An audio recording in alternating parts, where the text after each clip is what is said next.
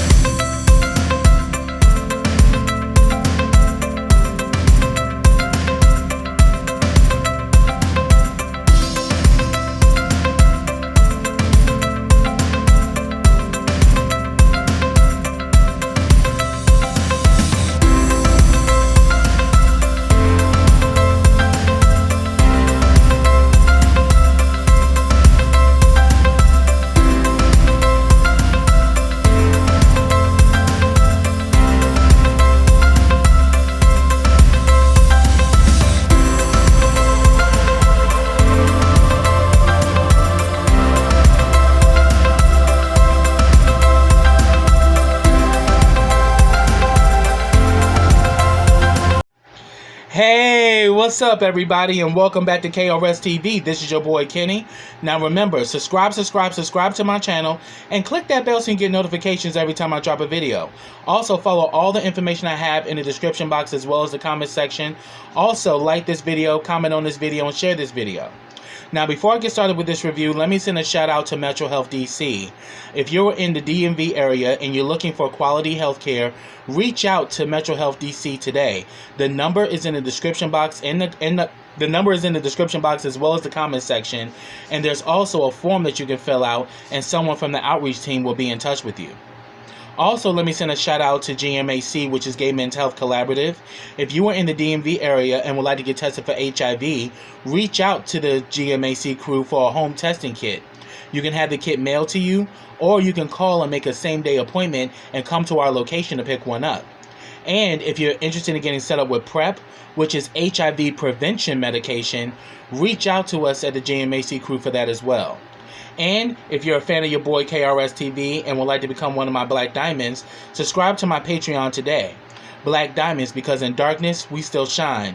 For $5 a month, you get all of my YouTube content, as well as videos that are specifically for the Black Diamonds. And some of those videos I will share on YouTube, just to give everyone an idea of what the Black Diamonds are all about. Also, check out my YouTube partner, BK WorldTube, which is the Black Netflix. You get shows like The Haves and the Have-Nots and Love and Hip Hop. So, after you watch this review, click that link in the description box and comment section to check out BK WorldTube. Now, this is my review of the Verzuz of Xscape versus SWV, and I must say, I really enjoyed it. I definitely enjoyed the DJs.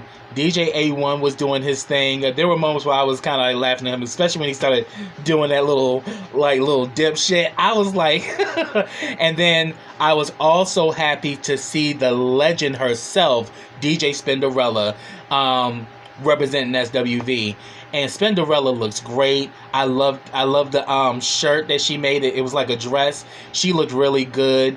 And I was so happy to see Spinderella doing her thing, because they really did her dirty in that Salt and Pepper movie, which is why I didn't review that shit. So if people want to know why I didn't review the Salt and Pepper movie, that was why. Because I love me some Spin, and Spin was just as much of a vital ingredient to their success, and her story should have been told just as much as Cheryl and Sandy's. So you heard it from you heard it from your boy Kenny. I wasn't having that shit. So it was cool that they even paid homage to her, called her legendary, because she is a legend. And the fact that she's still out here doing her thing as a DJ, I was here for it. So pretty much you had DJ A1 and DJ Spinderella, pretty much, running the party and, keeping the music going until the group showed up.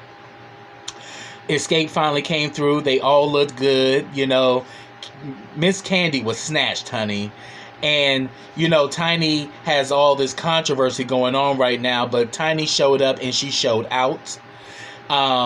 Latasha and Tamika definitely were fabulous. And, Tamika's like the wild one, so Tamika came as herself and was giving me life.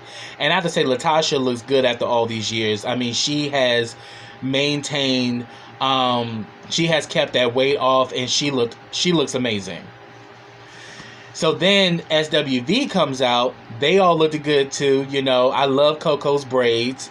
I had to admit, Taj was snatched, honey, with them shorts. Serving legs, honey. You know, melanin legs, baby. She looked good. And Lily always is snatched. Always is fabulous. But you could tell throughout the verses that something was going on with Coco. And even to myself, I was like, what's going on? We got the backstory that when on her way to the verses, there was a dead woman outside of her hotel room. And her seeing that caused her anxiety to act up. And she had a breakdown before they came on stage. And she even admitted that if it wasn't for her son being there, you know, to calm her down, she would have never even came on stage. So you never know what people are going through. So if somebody's going through something, don't be so quick to judge. Don't be so quick to label, and actually sit back and actually let the story be told. Because a lot of times people make assumptions and they think they know everything, and they don't. Because you would just think that Coco was just being shady or just being nasty, but really that wasn't even the case. She was really trying to keep her composure because she suffers from depression, as many of us do. And I think depression is something that is very overlooked within our community, and we need to stop taking it lightly and begin to understand that there's certain of us who have these conditions, and we need to be more understood. So that means that we as a community, we definitely have a lot of work to do when it comes down to mental health issues. But I definitely salute Coco that even after going through all that, she still showed up. She still gave her best, and I can do nothing but root for Coco, and I was glad to see them there.